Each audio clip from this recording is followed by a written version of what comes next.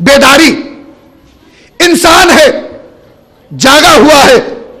جب انسان جاگتا ہے تو اس کے تمام حواس کام کرتے ہیں. آنکھ ہے دیکھتا ہے, کان ہے سنتا ہے, دل و دماغ کام کرتے ہیں, ہاتھ ہے حرکت کرتے ہیں. لیکن عزیزان گرامی, جس میں انسانی کی دوسری حالت ہے غنودگی. کچھ سو رہا ہے, کچھ جاگ رہا ہے. جس میں انسانی کی حالت اور آگے بڑھی, انسان سو گیا. جس میں انسانی کی حالت اور آگے بڑھی, انسان بے ہوش ہو گیا. اور آخری منزل ہے موت. بس فطرت انسانی بھی کچھ اسی طریقے سے ہے جیسے جس میں انسانی کی سب سے پہلی حالت ہے بیداری. بس فطرت انسانی بھی جب مکمل بیدار ہوتی ہے عزیزان گرامی, پھر وہ اللہ کی عبادت کرتی ہوئی نظر آتی ہے. اہل بیت علیہم السلام تو بڑے بلند اور بالا ہیں. ابو ذر تاریخ میں مل جائیں گے, سلمان تاریخ میں مل جائیں گے, مقداد آپ کو تاریخ میں نظر آ جائیں گے. جس میں انسانی کی دوسری حالت غنودگی. شوہر صاحب بیٹھے ہوئے ہیں, غنودگی طاری ہے, کچھ سو رہا ہے صدر صاحب, کچھ جاگ رہا ہے انسان. بس فطرت انسانی بھی کچھ اسی طریقے سے ہے, اس میں غنودگی طاری رہتی ہے.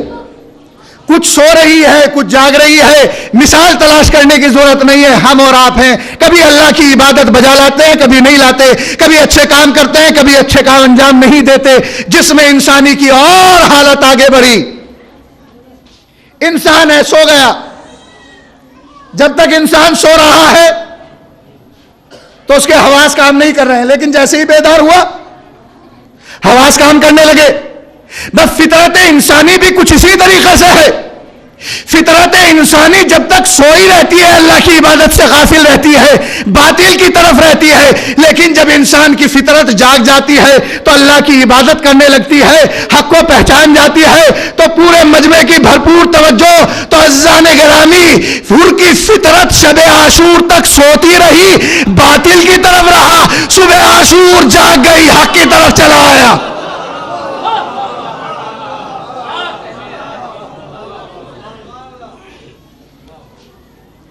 جس میں انسانی کی حالت اور آگے بڑھی. انسان کے جسم پہ غشی طاری ہو گئی. تو جب تک پانی کے چھینٹے انسان کے چہرے پہ نہیں دیے جاتے, تنویر بالکرامی صاحب, تو انسان غشا سے افاقہ نہیں پاتا. تو فطرت انسانی بھی کبھی کبھی بے ہوش ہو جاتی ہے. لیکن عزیزان گرامی, جب امر بالمعروف و نہی عن المنکر کے چھینٹے دیے جاتے ہیں تو فطرت و ضمیر انسانی بیدار ہو جاتا ہے.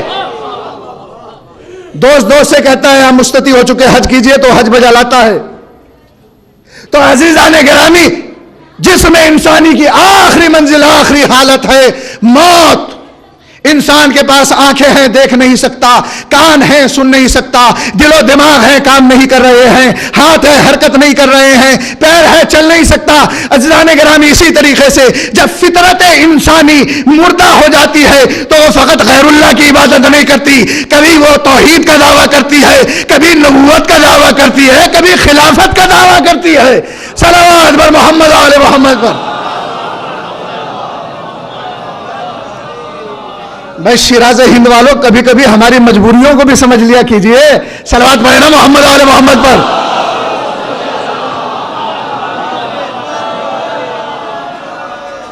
تو عزیزان گرامی, فطرت کو بیدار کرنا ضروری ہے اللہ کی عبادت کے لیے.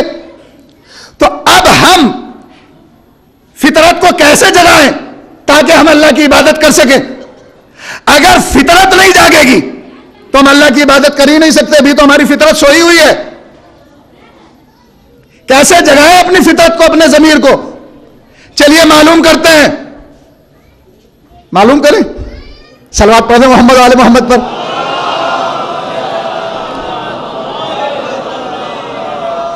فطرت انسانی کو جگانے کے لیے ضروری ہے کہ ہم دین کو سمجھیں کہ دین کیا ہے. اگر ہم دین کو نہیں سمجھیں گے تو فطرت بیدار نہیں ہوگی, اور فطرت بیدار نہیں ہوگی تو عزیزان گرامی پھر ہم اللہ کی عبادت نہیں کر سکتے. تو اب میں پورے مجمع سے پوچھنا چاہتا ہوں کہ ایک دین ہو تو سمجھ میں آ جائے, ان سے ملیے یہ عیسائی ہیں، ان سے ملیے یہ یہودی ہیں، ان سے ملیے کرسچن ہیں، ان سے ملیے یہ ہندو ہیں، ان سے ملیے مسلمان ہیں، اور مسلمانوں میں بھی دیکھیے یہ شیعہ ہیں، یہ سنی ہیں، یہ دیوبندی ہیں، یہ حنبلی ہیں، یہ شافعی ہیں، یہ مالکی ہے، اب تو ایک اور نیا گروہ پیدا ہو گیا ہے، وہابی ہیں۔ اور ہر ایک کا دعویٰ یہی کہ ہم حق پر ہیں، ہم تمہیں جنت دلائیں گے، ہم حق پر ہیں، ہم تمہیں نجات دلائیں گے، ہم حق پر ہیں، صراط مستقیم ہمارے پاس ہے، ہم حق پر ہیں، سورگ ہم تمہیں دلا دیں گے، ہم حق پر ہیں، نجات ہمارے پاس ہے، ہم حق پر ہیں، ہدایت ہمارے پاس ہے۔ ہر ایک کا دعویٰ یہی۔ اے پروردگار، ہم کیسے سمجھیں اس ادیان کی بھیڑ بھاڑ میں کہ تیرا دین کون سا ہے؟ بھائی ہندوستان ہے فریڈم کنٹری، آزاد ملک، اچھی اور سچی بات کہنے کا حق یہاں پہ سب کو ہے۔ بھائی کسی کے مذہب کو برا کہنے کے قائل ہم بھی نہیں ہیں، لیکن عزیزان گرامی اچھائی بیان کرنے کا حق ہمیں بھی ہے۔ تو عزیزان گرامی کیسے سمجھیں کہ اللہ والا دین کون سا ہے اور دین الہی کون سا نہیں ہے؟ تو ایک پیمانہ معین کر دیا کہ جو دین دنیا میں صبر و استقلال اور کردار کے ذریعے سے پھیلے گا وہ اللہ والا دین ہوگا۔ آخری مجمع تک کی توجہ، جو صبر و استقلال کے ذریعے سے دنیا میں پھیلے گا، کردار کے ذریعے سے دنیا میں پھیلے گا، وہ دین دین الہی ہوگا۔ اور جو دین تلوار کے ذریعے، ظلم کے ذریعے، استبداد کے ذریعے دنیا میں پھیلے گا وہ دین الہی نہیں ہوگا۔ حضرت آدم نے اس کے دین کی تبلیغ صبر و کردار کے ذریعے کی، لہذا دین الہی۔ حضرت شیس نے اس کے دین کی تبلیغ صبر و استقلال کے ذریعے کی، لہذا دین الہی۔ ایک ایک نبی دنیا میں آتا رہا اور اس کے دین کی تبلیغ صبر و استقلال کے ذریعے کرتا رہا، کردار کے ذریعے کرتا رہا۔ حضرت موسیٰ نے اس کے دین کی تبلیغ صبر و استقلال کے ذریعے کی، کردار کے ذریعے کی، لہذا دین الہی۔ لیکن فرعون نے اپنے دین کی تبلیغ تلوار کے ذریعے کی، ظلم کے ذریعے کی، استبداد کے ذریعے کی، لہذا دین الہی نہیں۔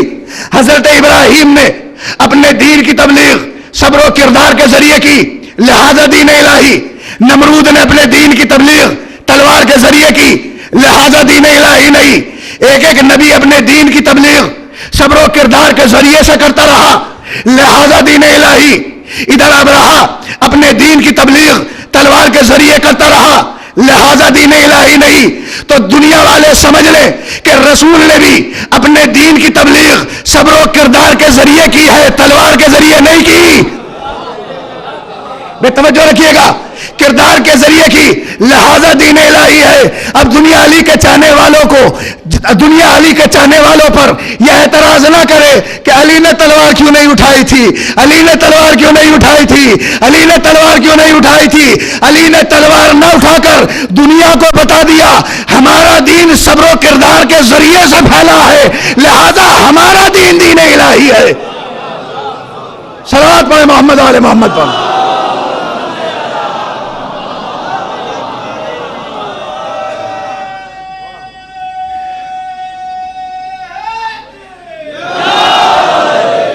مولا سلامت رکھے۔ میں مطمئن ہو گیا کہ میرا پیغام پہنچ رہا ہے۔ مجمع کے آخری فرض سے نعرہ بلند ہوا ہے، جو دین اللہ کی جانب سے آیا اس میں دو چیزیں، دین کو سمجھے تاکہ فطرت بیدار ہو، فطرت بیدار ہوگی تو اس کی عبادت ہوگی۔ اللہ کی جانب سے آنے والے دین میں دو چیزیں ہوتی ہیں، بسم اللہ الرحمن الرحیم، والعصر ان الانسان لفی خسر الا الذین آمنوا وعملوا الصالحات وتواصوا بالحق وتواصوا بالصبر۔ آمنوا وعملوا الصالحات، دو چیزیں، آمنوا کہہ کر عقیدہ مراد لیا، عملوا الصالحات کہہ کر عمل مراد لیا، یعنی بتایا کہ دین عقیدہ اور عمل کے مجموعے کا نام ہے۔ اور آسان کر دوں اپنے مجمع کے لیے، اصول دین اور فروع دین کا نام اسلام ہے، دین ہے۔ جب اصول اور فروع جمع ہو جائیں تو وہ دین کہلاتا ہے۔ لیکن عزیزان گرامی، کوئی بھی عمل، کوئی بھی فرع آپ کی اس وقت تک منزل قبولیت میں پہنچ ہی نہیں سکتی جب تک کہ آپ کا عقیدہ صحیح نہ ہو. اگر عقیدہ صحیح نہیں ہے تو نماز منزل قبولیت میں نہیں پہنچے گی, روزہ منزل قبولیت میں نہیں پہنچے گا, حج منزل قبولیت میں نہیں پہنچے گا. توجہ فرمائیے گا عزیزان گرامی. تو پہلے ہے عقیدہ, بعد میں ہے عمل. عقیدہ پہلے ہے نا, اور عمل بعد میں ہے. اگر مجمع خاموشی اختیار کر لیتا ہے تو ہم ولایت کے شربت سے افطار کرانا بھی جانتے ہیں. صلوات پڑھ دینا محمد والے محمد پر. عقیدہ پہلے ہے, عمل بعد میں ہے. عقیدہ کیا ہے؟ توحید پہ عقیدہ, عدل پہ عقیدہ, نبوت پہ عقیدہ, امامت پہ عقیدہ, قیامت پہ عقیدہ. کتنے ہیں عقیدے؟ 5 ہے نا عقیدے. لیکن اگر ان میں سے کسی ایک پر بھی عقیدہ نہیں ہے تو عمل منزل قبولیت میں پہنچے گا ہی نہیں. اگر آپ اپنے عمل کو منزل قبولیت میں لے جانا چاہتے ہیں تو پروردگار عالم نے پہلے ہی منزل پہ آپ کا عقیدہ پنجتنی بنا دیا. صلوات پڑھ رہا ہوں محمد والے محمد پر. پہلی ہی منزل پہ آپ کے عقیدے کو پنجتنی بنا دیا. عزیزان گرامی, کہا کہ دیکھو توحید پہ عقیدہ رکھنا واجب ہے, نبوت پہ عقیدہ رکھنا واجب ہے, عدل پہ عقیدہ رکھنا واجب ہے. لیکن عزیزان گرامی, ہر جگہ پر آپ کو عقیدے 5 نظر نہیں آئیں گے. ہر جگہ پر آپ کو عقیدے 5 نظر نہیں آئیں گے. توحید ہے عدل غائب, توحید ہے عدل غائب, نبوت ہے امامت غائب. توحید ہے عدل غائب, نبوت ہے امامت غائب. اب جملہ کہوں, قیامت ہی قیامت ہے. تو ہر جگہ پر آپ کو عقیدے 5 نظر نہیں آئیں گے. بعد والے خود گن لیجئے آپ. توحید ہے عدل غائب, نبوت ہے امامت غائب, قیامت ہی قیامت ہے. تو ہمارے یہاں پر ہیں عقیدے 5. توحید پہ بھی عقیدہ رکھنا واجب, عدل پہ بھی عقیدہ رکھنا واجب, نبوت پہ بھی عقیدہ رکھنا واجب, امامت پہ بھی عقیدہ رکھنا واجب, قیامت پہ بھی عقیدہ رکھنا واجب. لیکن دنیا والوں نے عدل کو عقیدے میں داخل کیوں نہیں کیا؟ سوال میرا یہ ہے اپنے محترم مجمع سے.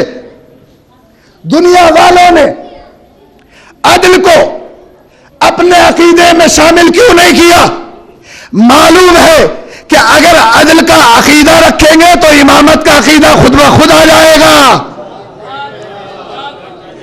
اس لیے کہ عزیزان گرامی, جب ہم یہ کہتے ہیں کہ امام کا عادل ہونا ضروری ہے, وصی رسول کا عادل ہونا ضروری ہے, خلیفۃ اللہ کا عادل ہونا ضروری ہے, ہم تو اپنے مجتہد کو بھی غیر عادل نہیں مانتے. جواب آئے گا, ہم تو اللہ کی عدالت کے ہی قائل نہیں ہیں تو خلیفۃ اللہ کی عدالت کے کیا قائل ہوں گے؟ صلوات پڑھیں نا محمد آل محمد پر.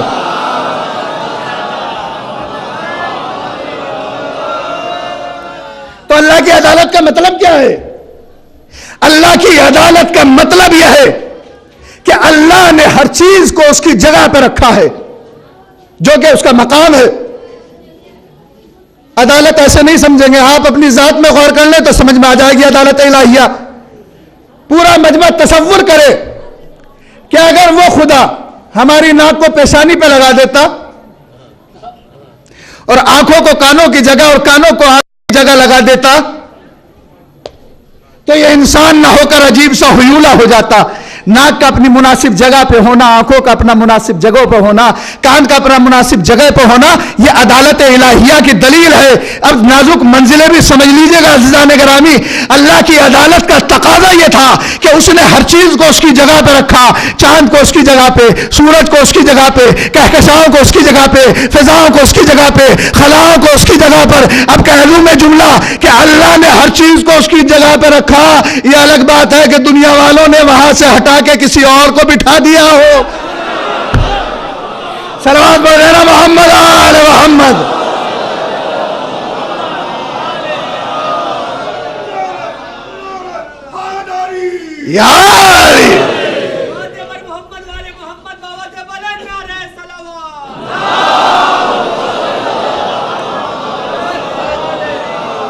اچھا, یہ تو عدل پہ عقیدہ ہو گیا نا آپ کا, لیکن اللہ کی توحید پہ کیا عقیدہ ہے آپ کا؟ پوچھنا چاہتا ہوں.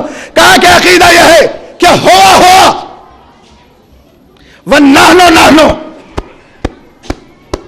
ہوا وَالنَّحْنُ نَحْنُ وہ ہے، ہم ہیں۔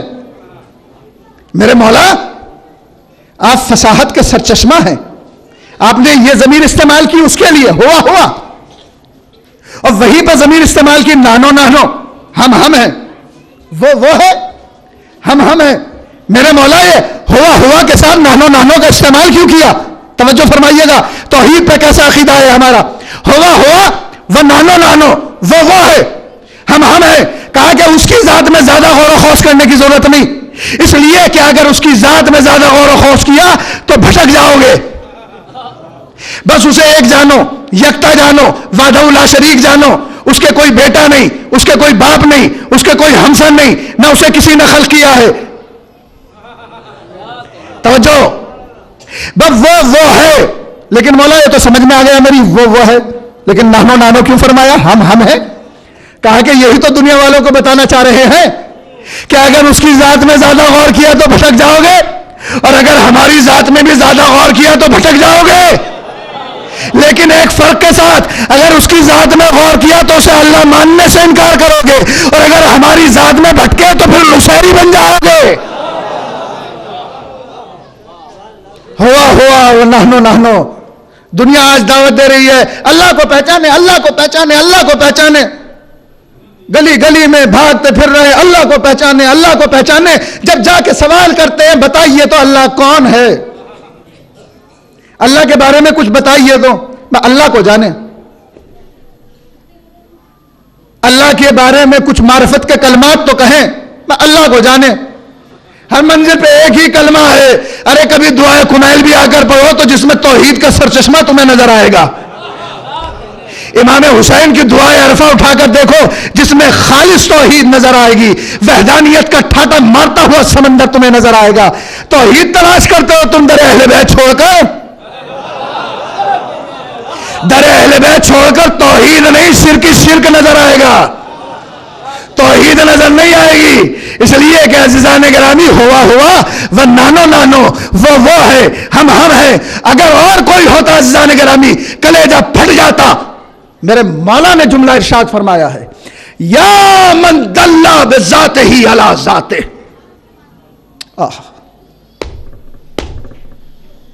کائنات کے امیر نے ارشاد فرمایا، یا من دل بذاتہ علی ذاتہ۔ کیسے سمجھاؤں اپنے اس مولا کے قول کو؟ میرے مولا تیری فصاحت و بلاغت پہ قربان ہو جاؤں۔ ہم نے اللہ کو کیسے پہچانا؟ آثار کے ذریعے سے اللہ کو ہم نے پہچانا ہے۔ سورج کو دیکھا تو اللہ کو پہچانا، چاند کو دیکھا تو اللہ کو پہچانا، ستاروں کو دیکھا تو اللہ کو پہچانا، یعنی اس کے آثار کے ذریعے، اس کی مخلوق کے ذریعے ہم نے اسے پہچانا ہے۔ لیکن عزیزان گرامی انصاف کیجئے گا میرے ساتھ، اول ما خلق اللہ نوری، جس کی پیدائش چاند سے پہلے ہو، جو سورج سے پہلے خلق کر دیا گیا ہو، زمین جس کے بعد ماریز وجود میں آئی ہو، وہ اللہ کو کیسے پہچانے؟ اور پروردگار عالم کے جب قصیدہ خوانی کی ہے اہل بیت کی تو حدیث قصہ میں یہی تو کہا تھا نا، وَعِزَّتِي وَجَلَالِي إِنِّي مَا خَلَقْتُ السَّمَاءَ مَبْنِيًّا وَلَا أَرْضًا مَدْحِيًّا وَلَا قَمَرًا مُنِيرًا وَلَا شَمْسًا مُضِيًّا وَلَا فَلْكًا يَدُورُ وَلَا بَحْرًا يَجْرِي۔ اب عزیزان گرامی پورے قرآن کریم میں آپ دیکھتے چلے جائیے، اس وحدہ لا شریک نے کسی بھی منزل پہ اپنی عزت و جلالت کی قسم نہیں کھائی۔ کبھی کہا تین کی قسم، والزیتون کی قسم، کبھی طور سینا کی قسم کھائی، والقلم کبھی قلم کی قسم کھائی، کبھی علی کے گھوڑے کے پیروں سے اٹھنے والی چنگاری کی قسم کھائی، کبھی اس ستارے کی قسم کھائی جو دیر سیدہ پہ آ کے جھکا۔ لیکن پورے قرآن کریم میں قاری صاحب، حافظ صاحب، مولانا صاحب، مفتی صاحب، میں چیلنج کر رہا ہوں، کسی ایک منزل میں، کسی ایک آیت میں آپ لا کر دکھائے کہ اللہ نے پورے قرآن میں کہیں اپنی عزت و جلالت کی قسم کھائی ہو۔ نہیں، پورے قرآن میں اس وحدہ لا شریک نے نہ اپنی عزت کی قسم کھائی نہ اپنی جلالت کی قسم کھائی۔ لیکن جیسے ہی اہل بیت کا مسئلہ آیا، وعزتی وجلالی، مجھے اپنی عزت کی بھی قسم ہے، اپنی جلالت بھی کی بھی قسم ہے، میں نے دریاؤں میں روانی عطا نہیں کی، میں نے چاند کو ضیاء نہیں بخشی، میں نے سورج کو روشنی عطا نہیں کی، مگر ان کی محبت میں شیراز ہند میں پڑھ رہا ہوں اور ماشاءاللہ شاداب سماعتیں بیٹھی ہوئی ہیں۔ اب دیکھتا ہوں کہ کون خاموش رہتا ہے اہل بیت کی فضیلت پر۔ اے اللہ تو ہے صاحب اقتدار، تو ہے صاحب اختیار، ذرے ذرے پہ ہے تیرا اختیار۔ تو تو نے ان کی محبت میں چاند کو بنایا، سورج کو بنایا، کہکشاؤں کو بنایا، خلاؤں کو بنایا، فضاؤں کو بنایا، گھٹاؤں کو بنایا، اہل بیت کی محبت میں بنایا نا۔ تو ہم بھی تو اہل بیت سے محبت کرتے ہیں، ہم بھی تو اہل بیت سے انسیت رکھتے ہیں، ہم بھی تو اہل بیت سے محبت رکھتے ہیں، ہم بھی تو اہل بیت سے عقیدت رکھتے ہیں۔ تو اے پروردگار تو نے ان کی محبت میں چاند کو بنایا، سورج کو بنایا، کہکشاؤں کو بنایا، فضاؤں کو بنایا، خلاؤں کو بنایا۔ پروردگار وہ تیرا اختیار تھا کہ تو نے ان کی محبت میں کائنات کو سجا دیا۔ ہم بھی گناہگار ہیں، ہم بھی ان سے محبت کرتے ہیں، تو ہم نے بھی ان کی محبت میں علم کو بنایا، تعزیے کو بنایا، فرش اعضاء کو سجایا۔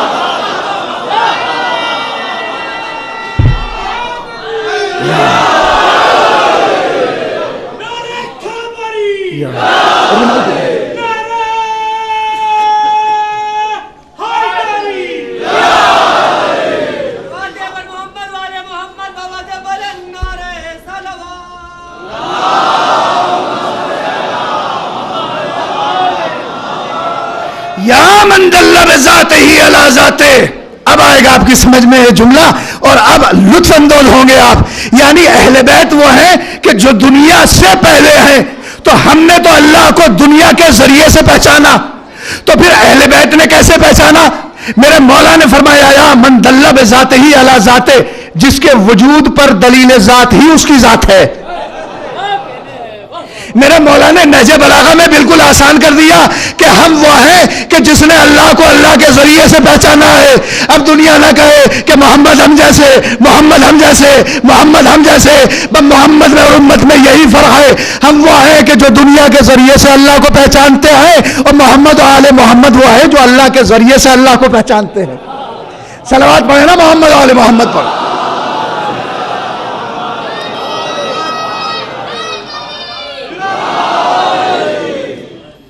یا من دل بذاتہ علی ذاتہ، تو توحید پہ ہمارا یہ عقیدہ ہے۔ اب عزیزان گرامی، اتنے محترم مجمع میں پیغام دیے بغیر تو آگے بڑھتا ہی نہیں ہوں، میری پرانی عادت ہے۔ دیکھیے گا عزیزان گرامی، آج کل ایک بیماری چل رہی ہے، جگہ جگہ پڑھ رہا ہوں میں آج کل اس بات کو۔ صدر صاحب، یہ بیماری پورے ہندوستان میں پھیل رہی ہے وائرس کی طریقے سے۔ بیماری کیا ہے؟ VIP۔ یہ VIP کی بیماری ہے، جو نہیں ہے وہ بھی اپنے آپ کو VIP سمجھ رہا ہے۔ یہ VIP کی ادائیں کیا ہیں؟ جلوس میں چل رہے ہیں، جلوس کے پیچھے پیچھے فاصلہ بنا کر۔ بھائی انجمن میں ماتمیوں کے ساتھ کھڑے ہونے کے بعد کیوں ماتم نہیں کر رہے ہیں؟ فاصلے سے کھڑے ہوئے ہیں، کہا کہ جناب ہم VIP ہیں۔